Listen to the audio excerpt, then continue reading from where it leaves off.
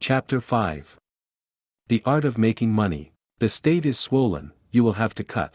There is one unpleasant axiom that every company leader will have to face. I have already written about this, but just in case, I will repeat it. In any organization, the bureaucratic apparatus grows regardless of production volumes, profits, turnover, and any other business indicators. On this occasion, I recall one book called Work is Not a Wolf. A Guide for the Professional Slacker by Chris Moran. On the cover there is a funny note: the book was written during working hours. I read it in 2008. The author reveals the secrets of how to do nothing at work, but in such a way that others think that you are busy through the roof. The first rule is to demand an assistant. Further, it is recommended to win a separate office, because supposedly colleagues create a lot of noise, under any pretext to come to work later, and leave earlier, to be surrounded by papers from all sides, and so on. An amazing book, I recommend it to any manager. It is not only funny, but also very vital. Most of them, of course, have not read it, but some, especially valuable employees, act exactly as described in the Guide for the Professional Slacker. As a result, employee salaries are growing, there are a lot of projects, work is in full swing. And where is the profit? For some reason, it does not exist. And the company exists only due to the fact that one person invests money in it, the owner of the business. I think it's no secret that an organization progresses only when employees achieve more and more goals and move up all the time, figuratively speaking. But it often happens like this: the manager hires a specialist, and he, barely delving into the workflow, declares, "To develop the direction, I need 3 assistants. Hire them, and that's when you'll be fine." I know what I'm writing about. There was also a time in the company Medor when we were overgrown with assistants. Each manager had an assistant, and that manager had his own assistant or even 2. As I have already written, the state unreasonably swelled by 1.5 times, and at the end of 2014 we recorded a loss of $23,000, namely, it happened in November. Let me explain just in case. It is in large international companies that the results for the past year are summed up in March-April, presenting them in the form of a beautiful presentation to management. And in a small business, you can understand that a financial disaster has occurred at any time. As it happened to us at that moment. And I set about reforms. Very tough. The most interesting thing is that I lived and studied in Toronto at that time. And my daily routine at that time looked like this: before lunch I studied English on campus, then returned to the guest house, more precisely, to the room that I rented through Airbnb. I slept for an hour and ran to the gym for training. He came home and until 2 or 3 o'clock in the morning local time solved work issues with Moscow by phone, recorded video messages to the team, requested reports, cut budgets, fired someone for low efficiency, and so on. In the morning I got up and, having not slept enough, again went to classes at the language school. Soon the neighbors began to complain that I was disturbing their sleep with my nightly conversations. What can you do? In an inexpensive guest house there are very thin walls. Now specifically about what I did and how I brought Medora out of the crisis. First of all, I urgently made a list of tasks: to fire someone, to cut someone's salary, to abandon half of the premises, to introduce VAT into contracts with customers, and so on. That is, he began to cut costs, expenses, and monitor how this would affect the final figures. Ray Dalio in his book Principles, Life and Work writes that cutting bones is a fun activity. But in reality, there was no smell of fun. And in response to a letter with a list of measures to save the company, I received a letter of resignation from the director of my own free will. As a result, I had to do a lot of the work to reduce costs myself, remotely, from another part of the world, working at night. With VAT, a separate interesting story came out. As I said, counting profits, we did not deduct taxes from it. In addition, they tried to be customer-oriented, providing customers with a credit line, that is, they provided services without taking payment in advance. Since then, I have diametrically revised my position on deferred payment. An advertising agency is not a bank and should not be considered by customers as a resource for a loan, especially as a company for optimizing taxation when paying VAT. Simply put, a person comes to a shoemaker in order to buy or repair shoes, and not to borrow from him before payday. And if the client turns to our agency, then for a high-quality advertising service and nothing more. ISN, that logical. Now I am deeply convinced that it is basically necessary to work with customers on a prepaid basis. Otherwise, client companies may begin to engage in the redistribution of cash flows at the expense of an advertising agency. That is, in fact, they will begin to solve their financial problems with our help. For example, we have been working with one such organization since 2010. They ordered ads, say, $150,000, we implemented it at our own expense. Plus, with this money they themselves paid all the costs of preparing an advertising campaign, including taxes, which came out to almost $15,000. The client, who had not yet paid for this contract, ordered a new promotion from us, now for $200,000. And so he consistently increased the amount of debt to our agency. Why did taxes on the preparation and implementation of projects turn out to be so high? The fact is that a lot of people are involved in such projects: promoters, supervisors, artists. We have to pay personal income tax on the salaries of all these workers, and VAT has not been cancelled. As a result, the entrepreneur has two options: either he pays all taxes to the maximum and remains without pants, or he is waiting for an unpleasant visit from people in uniform. We chose the first option. After that, they changed the terms of cooperation, ceasing to be a tool for tax optimization. The customer, whom I described in the example, and other regulars who were accustomed to working according to similar schemes, immediately left us. What was required to prove? In addition, I made another mistake. I introduced VAT accounting for transactions in the current month, i.e. not for several months, but in fact, in the current period. Employees, on the other hand, did not take into account the tax burden when drawing up the budget for the client, and upon its introduction into management accounting, their salaries were significantly reduced. It was absolutely impossible to do what to do, as both Ilya Akhmedov and Vladimir Sokovsky warned me about.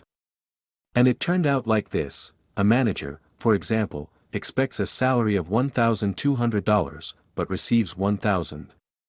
And please, the person sincerely believes that he was deceived, and writes a letter of resignation. Because of this mistake, I lost 5 good specialists, but I also learned a valuable lesson. Probably, it was worth enduring. Maybe borrow money. Or introduce a condition for accounting for VAT in profit at least from next month. And in no case do not change anything in the current period, no matter how difficult it may be. So people are already counting on a certain income, and in their heads, one of the basic principles of staff motivation is violated, the principle of justice. Although if I had not taken such tough measures, it is not a fact that we would have had enough money to roll over. In any case, it is no longer known what the fate of the Medor agency would have been if I had acted differently. Vladimir at that time headed Mo's stand and acted more farsightedly. He introduced this change only from the next month and did without personnel losses. Further down the list of solutions to urgent issues, I had conversations with the heads of structural divisions. I offered them 2 options for bringing the company out of the red. First, we are accumulating wage arrears, as was the case at many enterprises in the 90s, and we hope that in the near future we will still be able to pay every penny. Or we won't be able to, because business is always associated with risk. And when the manager stops paying employees, even for a good reason, they begin to look for earnings on the side, to the detriment of the main activity. That's why I didn't like this way. And the second option, we reduce the back office to real production volumes. There will be not 2 secretaries, as before, but 1, not 4 IT infrastructure specialists, but 1. Not 3 designers, but, again, 1. But this only specialist will really work, and not sit on the bench of substitute players. And he will have to reduce his salary from $1,200 to $900, for a period of several months. Not satisfied?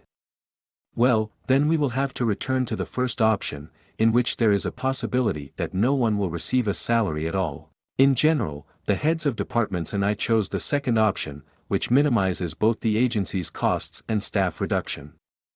And what do you think? All the laid-off employees quickly found a new job, and our backbone, that is, the coolest specialists, we, as I have already said, did not lose. People who worked in the company for more than 2 or 3 years turned out to be the most loyal. They decided, okay, instead of $1,000 for a couple of months I will receive $800, it's not scary. But I like the team, and I want to continue working here. They knew that the agency was going through difficult times, so money was scarce, and not because the owner bought himself a Porsche. Vladimir Cherkasov, an employee of the Medor agency from 2008 to 2015, is currently a co-founder of the Pleasantly, https://pleasant.com, group of companies, which includes a decor studio, an author's event studio, an online store and a network of gift salons. I can't help but agree with Oleg. The team is very important. But we must also not forget about such a quality of an entrepreneur as obstinacy. After all, business is a colossal job that needs to be improved every day, to work 24/7. You can't stop, even for a couple of days under the pretext, I'm sick, I won't go out today.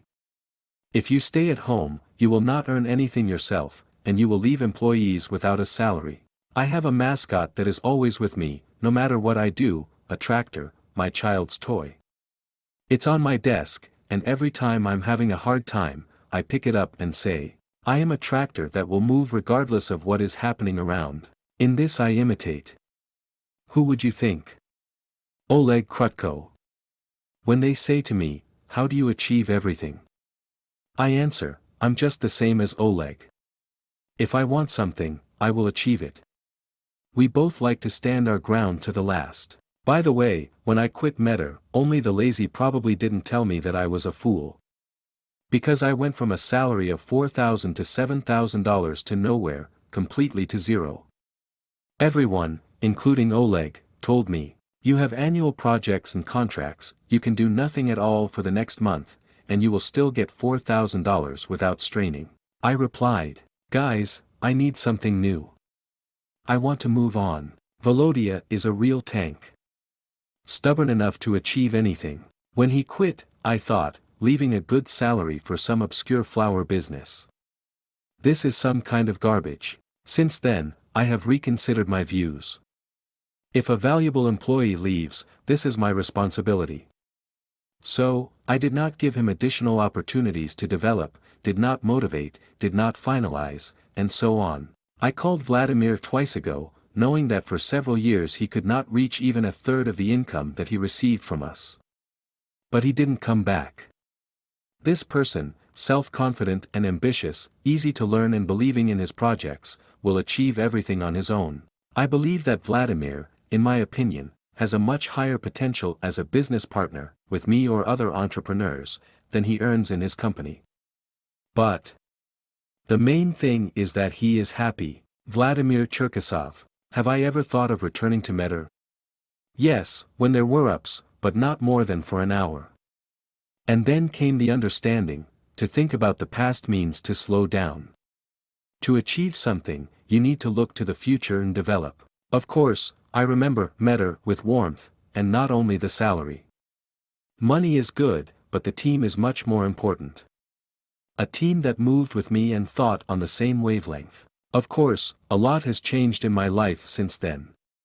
Now I am not just a businessman, but a father of 2 children. I want to leave behind not only capital, but also knowledge and experience. I'm going to demonstrate to my son how important it is to be able to move, to maneuver exponentially, to constantly be out of the comfort zone. We must fight, there is no other way. And so it has been from the very beginning of my entrepreneurial activity. At first there was an idea to open a beauty salon, then an idea was spontaneously born, to do floristry. And what, to enter this area, perhaps, is the easiest. Small investments will be required, because it is not related to production. It pays off quickly, you can work online. And with all the nuances related to taxation, then it was easier. We tried it and liked it. In the beginning, our team consisted of 4 people, each responsible for their own direction. Now we already have a group of companies. We work with the middle class of clients. We don't get into the premium class, everything is already divided there, at least, I got that impression.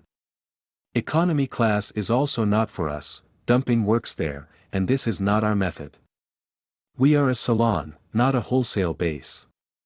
The real turnover of the company grows even in a crisis, and this, in my opinion, is the best proof that the path has been chosen correctly.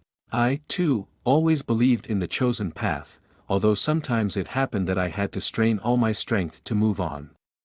The company was shaking as if in a fever. In the mornings, employees waited for another bad news from me and breathed a sigh of relief if it only concerned current expenses. Have you ordered new furniture? We cancel it, we don't need it, we'll sit on old chairs. Powerful new computers.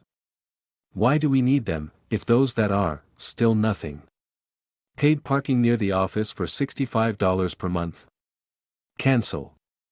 It is quite possible to put cars 100 meters away, and this will not affect the quality of the services provided. There were several periods of reductions.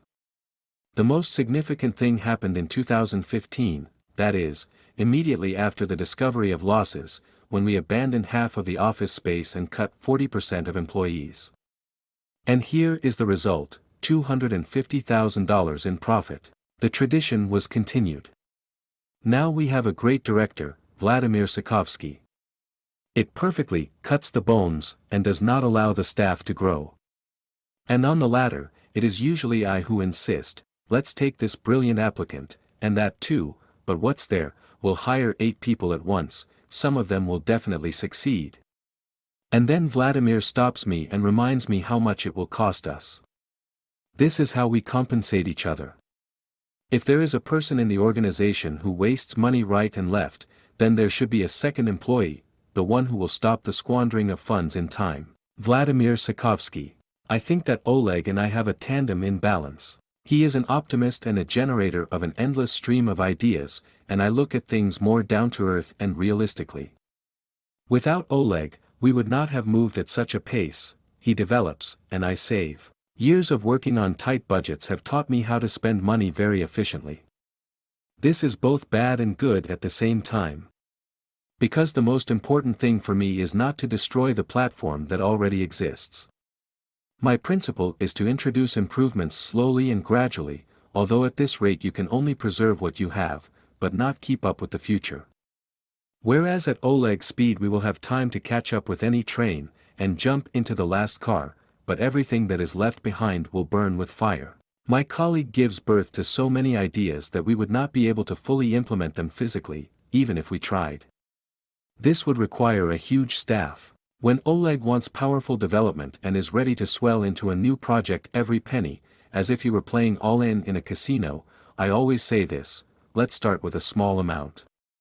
Do you want to invest $200,000? Let's see how your $10,000 plan works first.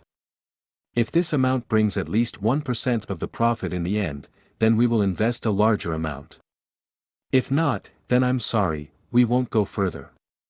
That is, I am in favor of saving money. He is in favor of actively investing in them. The most surprising thing is that the principle of economy, which is so well combined with my character, I learned from Oleg.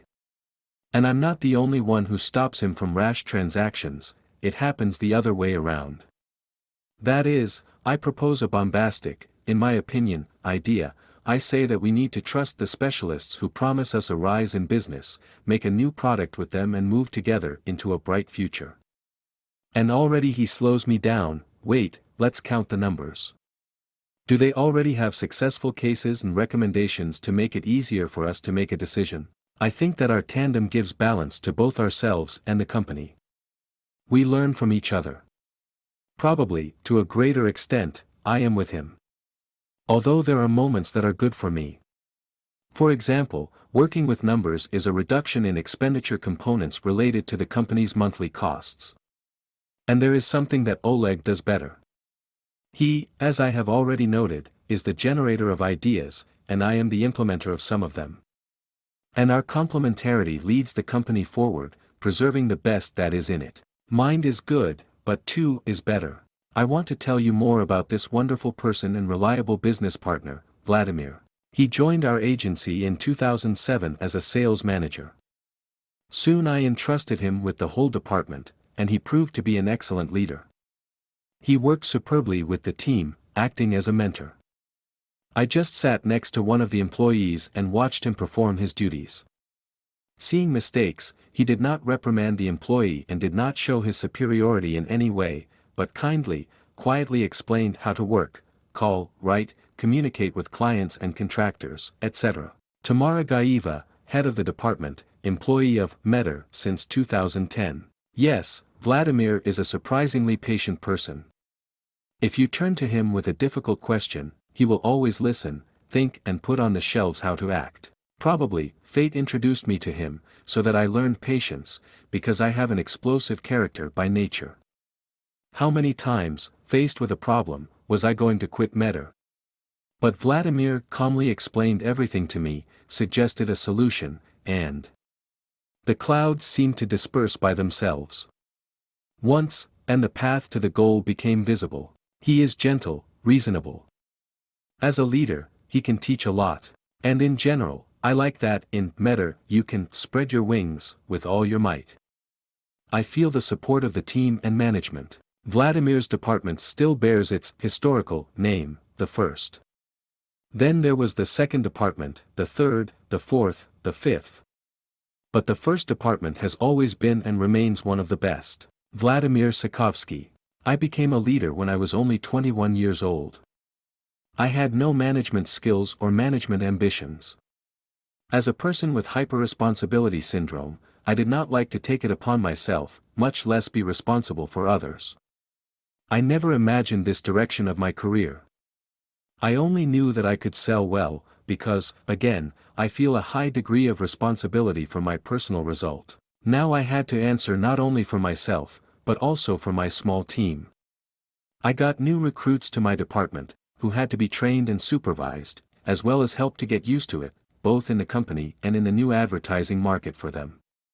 My subordinates were older than me, some by 2 years, and some by all 10. These people, who had not worked for us for a month, were still looking closely and did not trust the company, and me too. What, they say, will this young man teach us? Will we earn anything under his leadership? At that time, the manager's pay system did not include a salary, but consisted only of a bonus of 25% of the margin. As he drowned, so he burst, that's all.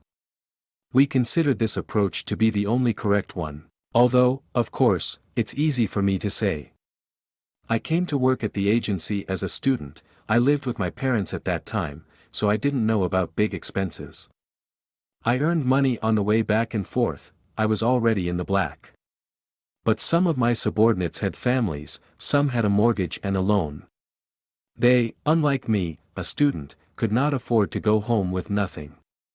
But the salary could really potentially be zero, and not only because the manager was idle or showed insufficient skill and perseverance. It also happened that the month simply turned out to be unsuccessful, and the transactions went to the next unclosed. In general, luck is an important factor influencing sales. The phone rings periodically for all managers, but some on the other end of the line is a large oil concern with a multimillion-dollar contract, while others have a small entrepreneur who needs to advertise the services of a computer master, which he himself is. Pure lottery. I faced many other difficulties as well. It is always difficult for any manager, whether he is a beginner or an experienced one, to fire employees.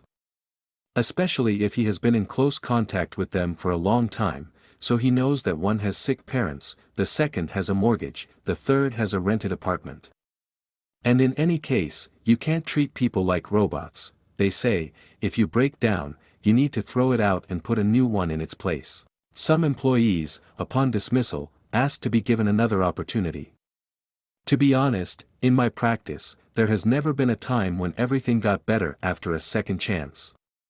On the contrary, usually a person in the remaining 2 weeks was engaged in actively looking for a new job, and performed the old one carelessly.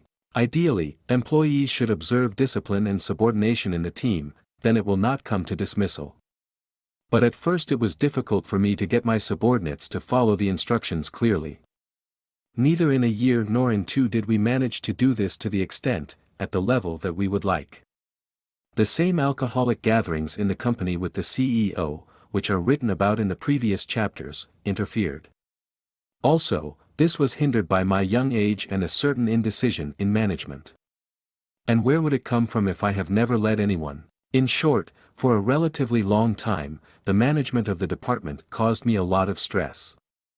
But youth is a disadvantage that passes over the years, and small and big victories strengthen self-confidence.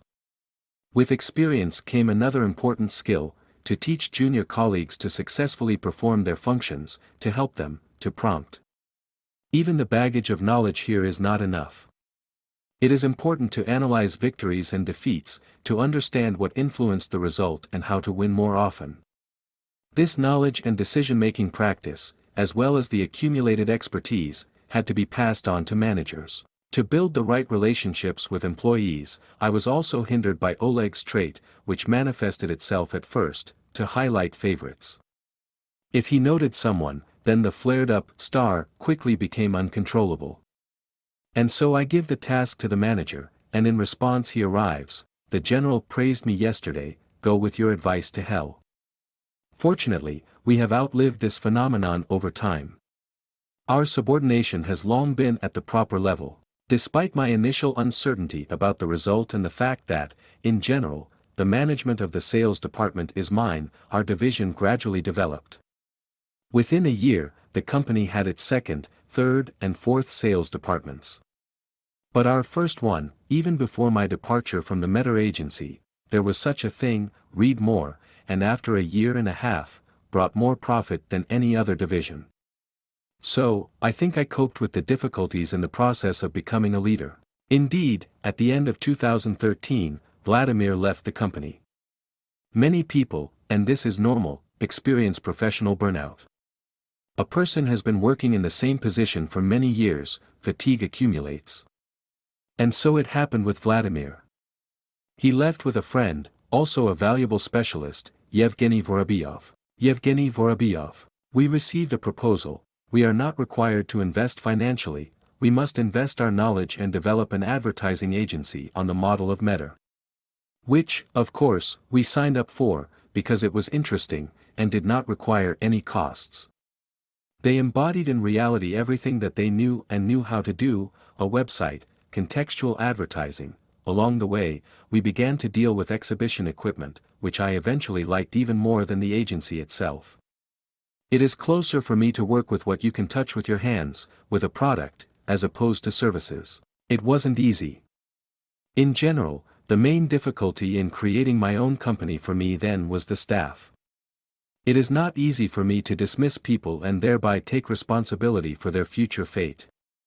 Again, hiring employees at first caused certain difficulties, and even now I will not say that it is easy for me. I wanted to create a company that would be like a real family. And I still have such hope, but deep down I understand that this is probably impossible. Vladimir Sokovsky. I'll put it even simpler. One day I realized that I was tired of everything. Time at work turned into a Groundhog Day, and the desire to be useful and work efficiently remained less and less every day. So that you understand, at the time of my dismissal, Medor, as it seemed to me then, was at the very peak of its profitability for the entire period of its existence. That is, I left with the highest wage figures, which means that the financial situation was not a reason to leave the company. I'm just tired, and that's it. Here, as if by magic, other former employees of Medora offered me a joint project with their investor directors. They wanted a new business, also in the advertising niche. I found their proposal very interesting. Because even while working at Medor, I had ideas on how to improve the processes in the company, if it was in my power at that time. When a person works for a long time in any field, he naturally has thoughts about his own business. It often seems to the manager that the owner, after paying employees 25% of the profits, appropriates the remaining 75% to himself. And fattening on this huge money, just spending it left and right, as your heart desires. This is not my case, but at the same time another thought flashed in my head: what is the point of working for hire when you can work for yourself for 100% of the money? Most often, a person does not represent all possible difficulties and assesses the potential of the upcoming enterprise only from the point of view of his activities. Say, I'm a good specialist, so everything will work out. At the same time, he does not take into account that he will also have to deal with reports to the tax office, accounting, and administrative issues. And close all financial holes in the business with personal money. Understanding these features comes only when a person really tries to create his own business. And constant costs begin: office rent, hiring staff, salaries, and so on and so forth. But at that time, I hadn't thought about it yet. I only understood that there were no prospects in the Medor company for me personally. I was tired of everything and it was time to leave. I was worried, not knowing how to discuss this topic with Oleg more delicately. Probably, I was preparing for the conversation for a month and a half or two. At the same time, I was building a model of a new project in my head, thinking about how to implement everything. I listed in my mind the sequence of actions before the launch of the project: rent an office, buy furniture. For me, it was like moving from a rented one-room apartment to my own cottage. I felt that my eyes lit up, there was interest, drive, creativity woke up. I have already begun to imagine how I will design the future site. Thinking about the selection of the team, I realized that I would solve this issue personally. In a word, my imagination ran wild. Although we agreed with new partners for much less money than I earned at Medor. But with the prospect that in 6 months we will make a serious profit and divide it into 4 participants. And in general, if I hadn't left on my own, I think Oleg would have fired me. More precisely, I would do so if I were him. Because a person who has lost interest in work performs his functionality purely mechanically and cannot move the team further, develop the department, infect employees with enthusiasm. Little can give the company. It is of little use. And an apathetic mood can cause irreparable harm to the team, as it is contagious. Now in the company we try to give each employee the opportunity to develop or other new tasks, so that it is difficult, but at the same time interesting. Brains work and eyes burn. Yes, Vladimir and Eugene found 2 investors and opened a company for advertising and exhibition equipment. These investors, to be honest, came from the Terry 90s, operated with concepts like grandmothers there, grandmothers here, and how many of these grandmothers is not so important. They didn't really understand the numbers, as I see it. Vladimir Sokovsky. There were 2 investors who wanted to get a passive source of income in the form of a new business, 2 of their trustees, former employees of Medor, and Yevgeny Vorobyev and me. Investors invested money, and we invested our skills, knowledge and experience. I had ambitious goals, plans, prospects and new tasks. I was overwhelmed with the desire for something more, to create a product from scratch, to lead it from the moment of formation to the achievement of the highest results. The management model, that is, the calculation of the financial motivation of managers, wages, income of the final beneficiaries, I adopted from the company Medor as the only example of doing business known to me in practice. At the same time, I had no doubt that I would do better, take into account all the mistakes made. Imagine a person who sees a snowboarder for the first time in his life and says, "Think about it, on a board in the snow." That's how I can do it, and even cooler. That was me, figuratively speaking. As a result, we decided to focus on the product that can bring noticeable money in a short time. And they focused on mobile exhibition equipment. We had an example of such a product in the company Medor, called stand building. We made our own, called it Universtand, from the word universal. Quite quickly, in 6 months, they reached full payback and began to fix a small profit. And everything would be fine, but this was the first business relationship of this kind, and we agreed verbally, sitting in a restaurant. And while one was telling us how we would count and divide the profits, the rest were chewing dumplings. From the very first year, difficulties in mutual understanding began between us, and then more. After 2 years of work, and from the 6th month the project was on 100% self-sufficiency and brought monthly income, albeit small. The phrase from investors was as follows: put a fixed amount on the table every month, but how you do it is absolutely all the same. Such is the subscription fee. The rationale was that we seemed to live well and earn more than we declared. At the same time, none of them wanted to dive into tables with monthly results. It became clear that we would not be able to agree. I managed to postpone the deadline for the introduction of new conditions by only 2 months. A feeling of hopelessness covered me. Genya and I did everything we could to ensure that the business reached more or less normal indicators. But the money that our company brought was clearly not enough. We needed growth not by 2 to 3% per month, but at least by 30 to 40%. At the same time, we did not have additional working capital for development. And what to do? Unknown. During the period of work at Universistand, Genya Vorobyov and I studied under an abbreviated MBA program. This is a cool advanced training course in the field of business, management and business administration. True, he did not help us much. New knowledge is good, but our company did not have the financial resources to test new ideas, gain experience and improve the financial result at that time, and could not be formed, since all the profits received were spent on payments to investors who were not ready to wait or reinvest. And of course, including us, because without taking the money right away, then they could never be seen. All sorts of options were spinning in my head: either stay in the company, but how to increase profits is still unclear, or leave, but where next? Finally, I realized that the postponement that I bargained with the founders should be used in order to change the business model, with de facto not particularly accommodating people to another, with more negotiable participants. I remember those times well. We met with Vladimir every 6 months or a year. I asked how I was doing, and each time I called back to Medor. As a result, in 2016 I found him in a terrible state. The former colleague looked tired, things were clearly going badly for him. I suggested to Vladimir to create a company for the sale of exhibition equipment together, with one condition: we would divide the profit in half. A new business, but within the framework, so to speak, of the Medor Group of Companies.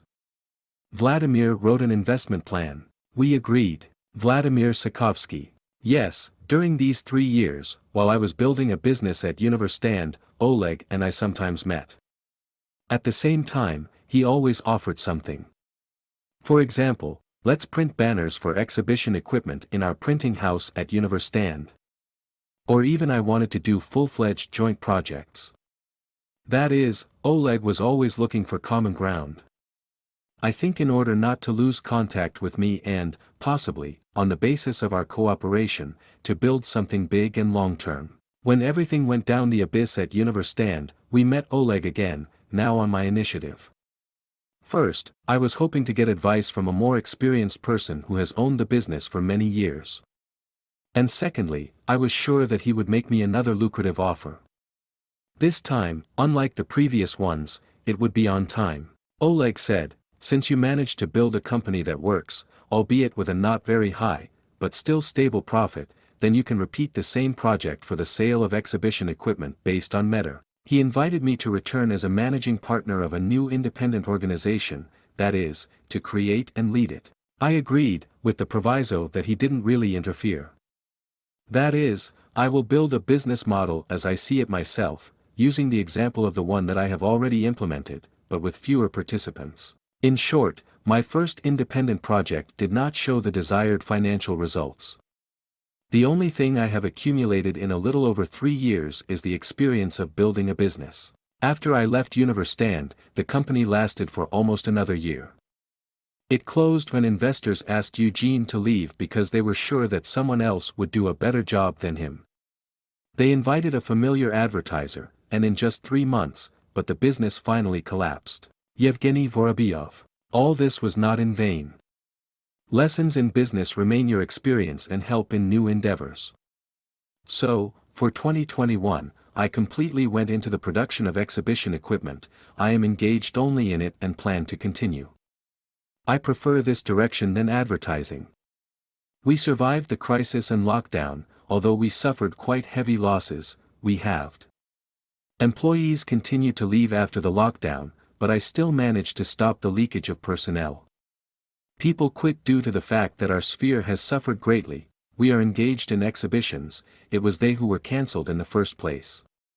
We made refunds for all projects, but no new ones came.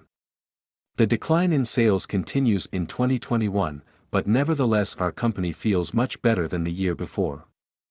We have production facilities, and Medor, by the way, is still our customer. The product that Eugene produces is of very high quality, not like what I had. To each his own, the guys not only copied something, but also surpassed in places, it seems to me. First, in the production direction. Secondly, Genya did not inflate the company to a large size, like Medor, but left the business small, retaining the spirit of family. In this regard, I envy Eugene a little, he is great. We created the company Mo's Stand, one might say, a subsidiary for Medor. I invested money, Vladimir assembled a team. He acted, as always, decently, he did not pull a single client, not a single employee. As a result, our joint business turned out to be successful. Vladimir Sokovsky. So, I'm back. I wrote a plan, agreed it with Oleg and began to build a new business model. The company had its own budget, the profit did not go to the general piggy bank of the advertising agency. According to our plan, the company was supposed to reach self-sufficiency in the 4th month. And in the 6th or 7th month, a return on all investments was expected. Everything turned out even a little better than we expected. Only 3 months, unlike 6 at Universe Stand, was enough for the enterprise to pay off. 6 months later, all the money that was invested by the Medor agency in the development of the small Mo's Stand returned. In the 7th month, we began to fix the net profit. Pretty good, higher than what I expected. The development was going well, we were both satisfied. Oleg realized that it was not in vain that he invested in a new business. He brought back one of the key players to the team, that is, me, and received additional income. At that time, the advertising agency, Medor, itself did not demonstrate the best profitability indicators.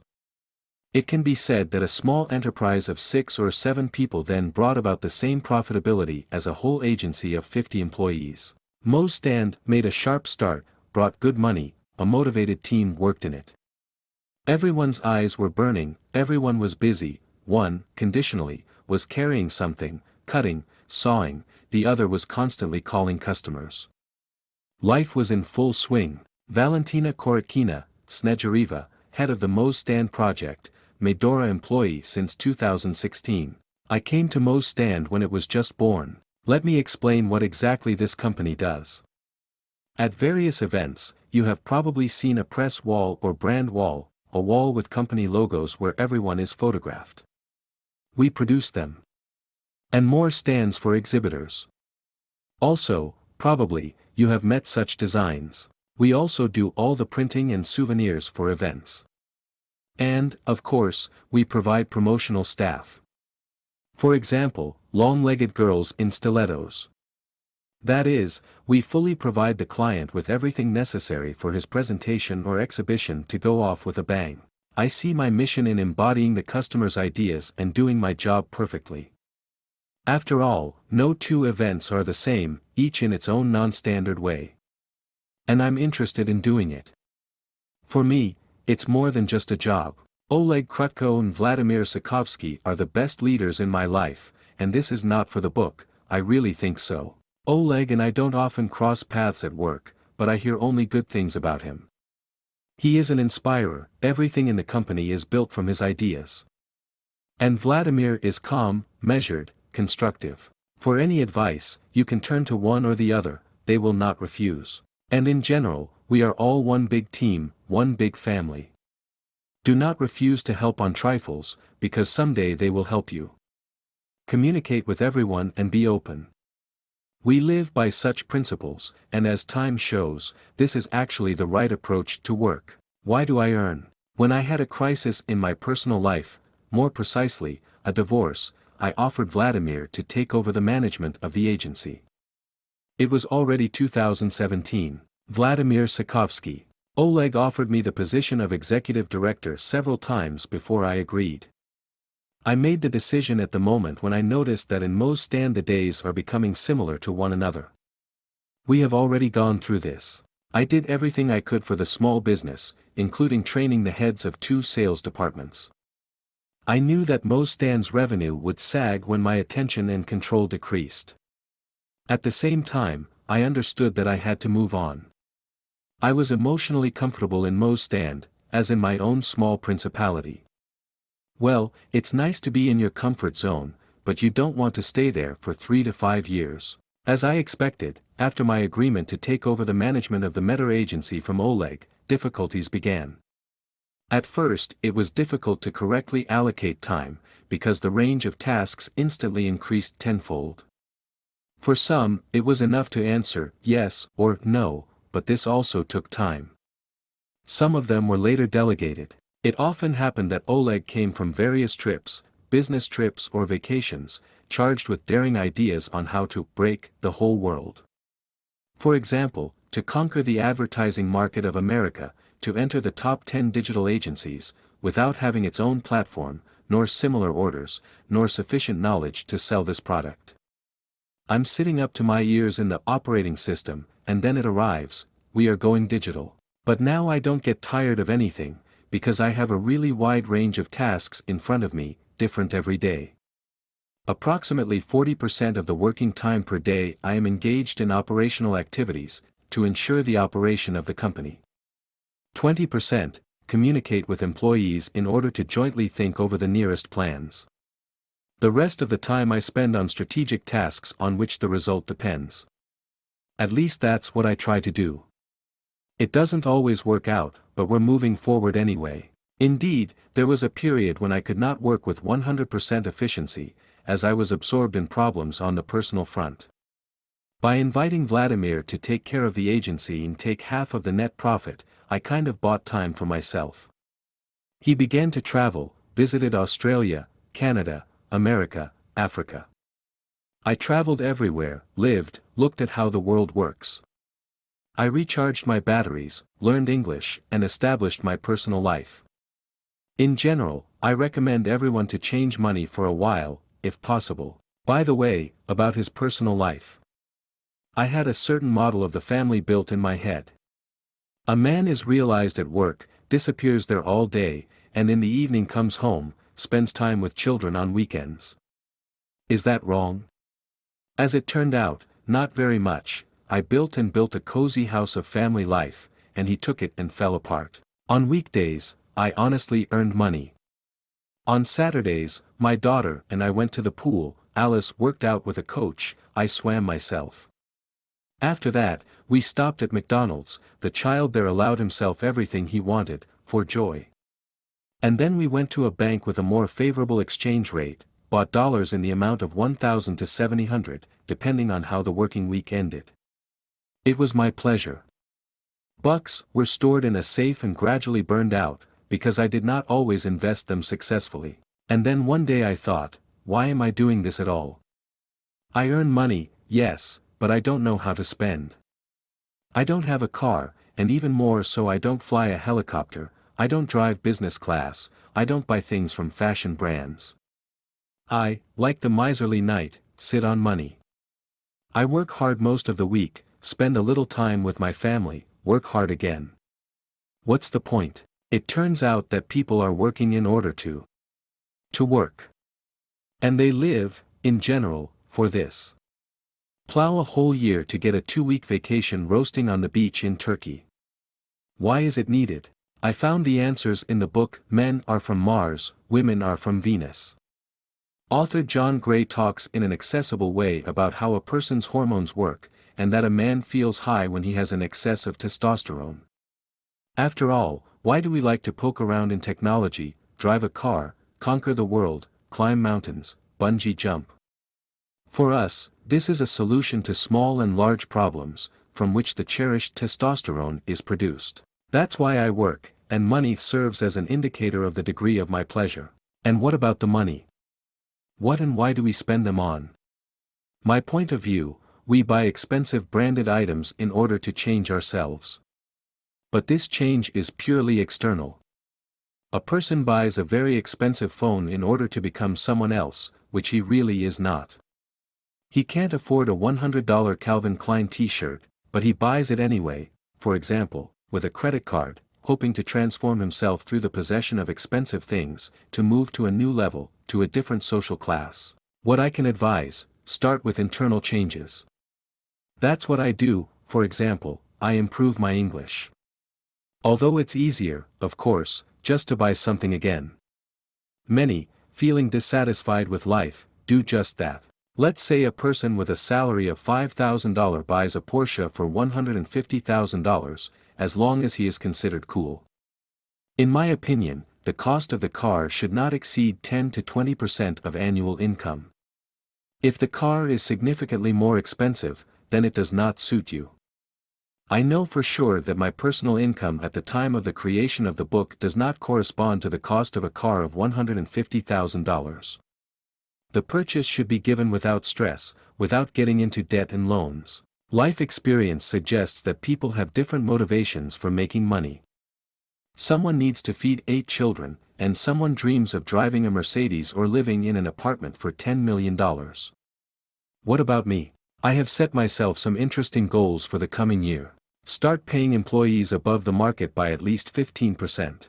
Thanks to this, to replenish our super team. Enter the top 30 advertising agencies in terms of the volume of buying services and in the top 50 in digital. To bring our plant in Kaliningrad to profit. Bring an advertising agency to self-sufficiency in a different language code, in Dubai, and after 3 years in the USA. Lose weight by 2 kilograms. By the way, while the book was being written, the first and last points had already been completed. Well, there was little left to do. By the way, why do I need a business in the USA? I live there, dirty, ugly. There are a lot of literally crazy people on the streets who behave freely and uninhibitedly, homeless everywhere. Yes, there are many advantages, but there is no brilliance nearby, the illusion of which was created by the media in our heads. America is coolly packaged, its image of a country of endless possibilities attracts people. So, personally, I want to create a business in the United States, because I, like any man, have a competitive spirit in my blood. Remember how at school in physical education the boys show off in front of each other? I'll pull myself up 20 times. And I'm 30 times. Then I can also do the same. Many men tend to squeeze a barbell weighing 100 kilograms.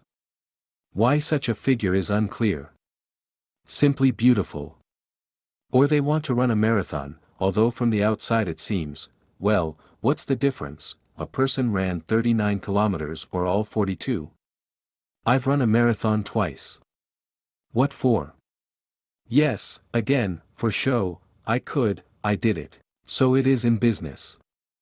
We, men, go out of our way to be cooler than others and prove to ourselves, I can do anything. And guess what?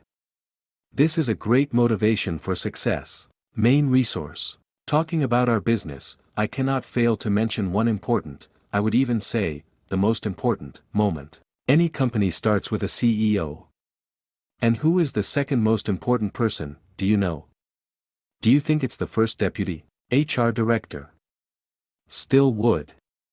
After all, it is this person who is responsible for who exactly will work in the company. It was the activities of our HR managers that we analyzed most carefully when the first staff reductions began at the Medor agency, in 2009 to 2010.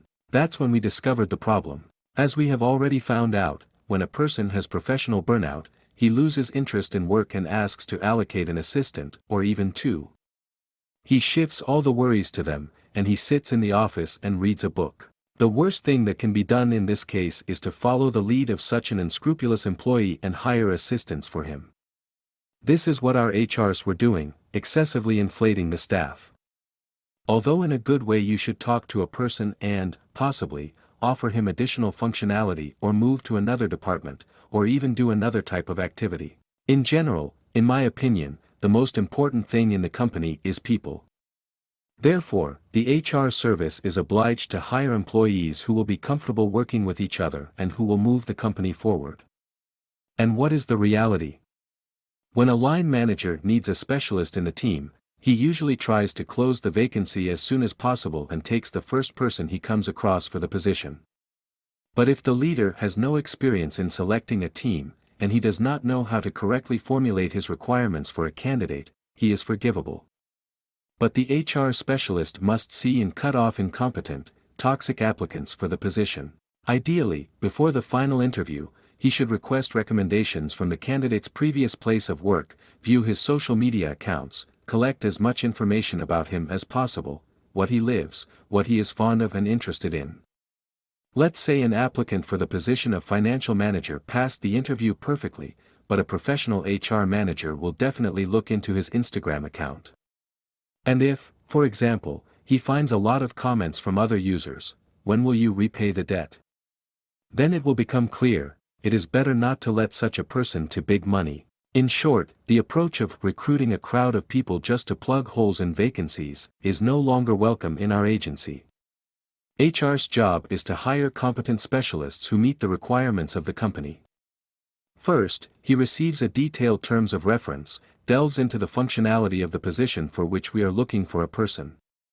His task is first of all to analyze the internal resources of the company and, in accordance with its needs, hire an employee. To put it quite simply, if you initially choose the right staff, then you won't have to fire anyone. By the way, the former full-time employees of Medor remember their colleagues, and the time spent together, with a kind smile. Mikhail Pavlov, a former employee of Medor, at the time of the creation of the book is an entrepreneur and SEO at Global Marketing Group, the holder of the Medor franchise in St. Petersburg. The team at Medor is excellent. We all became friends and began to help each other, Olga Demidova, Nastya Goryakovskaya, Galina Kulikova, Volodya Cherkasov. We often had parties, a joint game of Counter-Strike, team against team, we even made bets. Although, personally, I still like parties more. We were friends on our own, and we were purposefully united. We had very strong buying departments that helped each employee to develop individually and the company as a whole. I got to Medor by accident, quickly got involved, began to progress, give results. Everyone was happy. The fact is that I am a manager, and a lot has been delegated to me. I like that there is freedom of action, and the agency itself as a whole, the approach to employees. At first I worked as an HR coordinator, I had the position of project manager, then I became the head of the department. Of course, I experienced all the difficulties of working for a percentage of sales. I think it's a good survival school. But in any case, strong managers receive from $50,000 to $100,000 in the agency.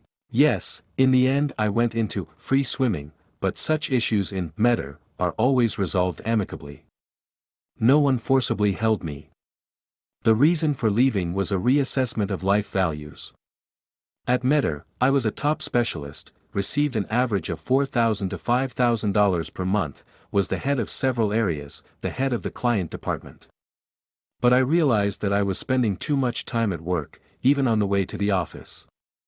At that time, I was going to buy an apartment, but the request was large, housing for $400,000 to $500,000 with parking, and I had an amount 5 times less. Therefore, I decided to live in another city.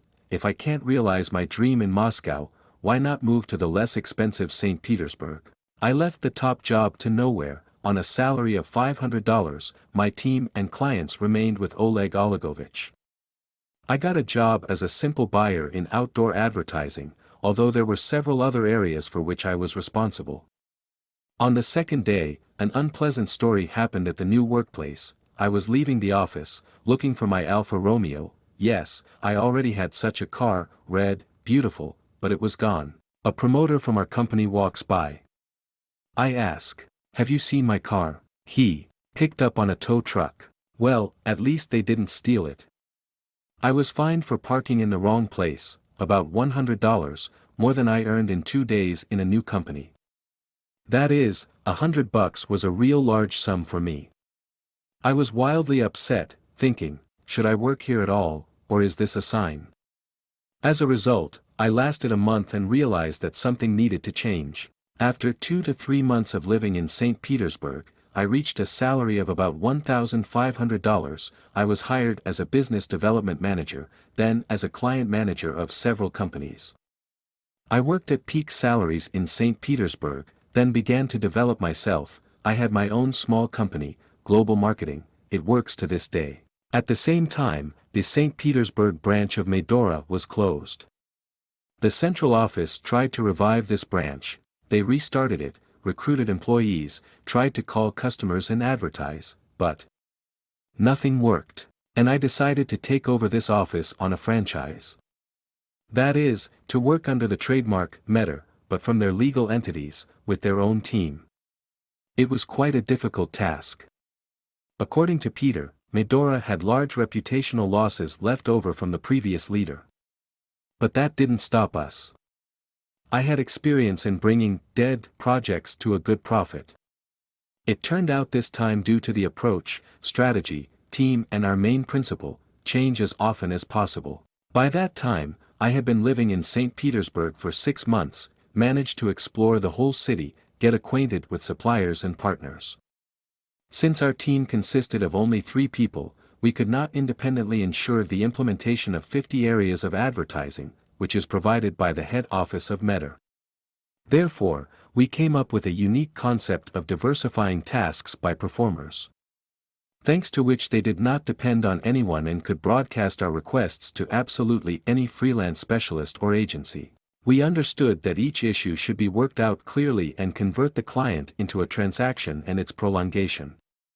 Therefore, we agreed with the advertising market of St. Petersburg to work out and conduct projects together, thereby providing customers with the best conditions for all requests. Over time, we moved away from this model.